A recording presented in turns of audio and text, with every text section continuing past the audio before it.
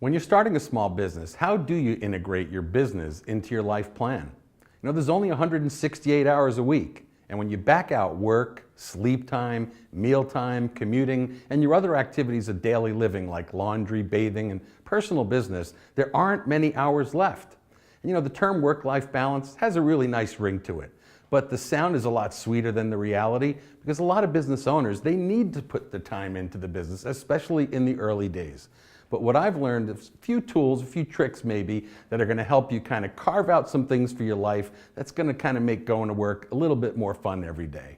The first one is, know what your interests are. Are you a golfer, a fisherman, a surfer, or do you like to spend the time going to visit your grandparents or donating time in a soup kitchen or something like that? Know what your interests are and don't keep it a secret. Let the people in your office and your staff and your clients know what your interests are. They'll actually respect you more for it. Schedule the time for yourself ahead of time. When I was in public accounting, my favorite thing to do every January, right ahead of tax season, was to book my year's worth of vacations. Now, I didn't know where I was going to go, but I knew what weeks I was taking off. And I'll tell you, going into the busy season, that gave me a real good, peaceful feeling that the year was going to be okay, because I could see and visualize the fun things that I was going to do. Remind yourself regularly of your professional vision.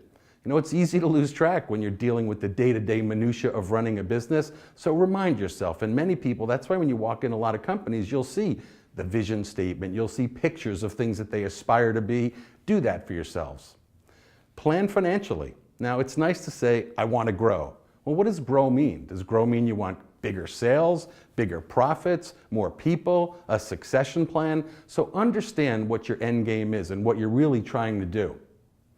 Next is look for some opportunities to blend your passions with work. For example, if you're doing business development and you love to play golf or go to the movies, maybe you can begin to build your client base around those kinds of activities and start to find clients that actually have the same passions as you. Maybe it's a Sunday morning bike ride, maybe it's Tuesday night bowling, maybe it's a trip to the ball game, whatever it is. But if you start to blend those passions with your work, you're going to find that you're going to attract people kind of just like you, and you'll just get along better and relate a lot better.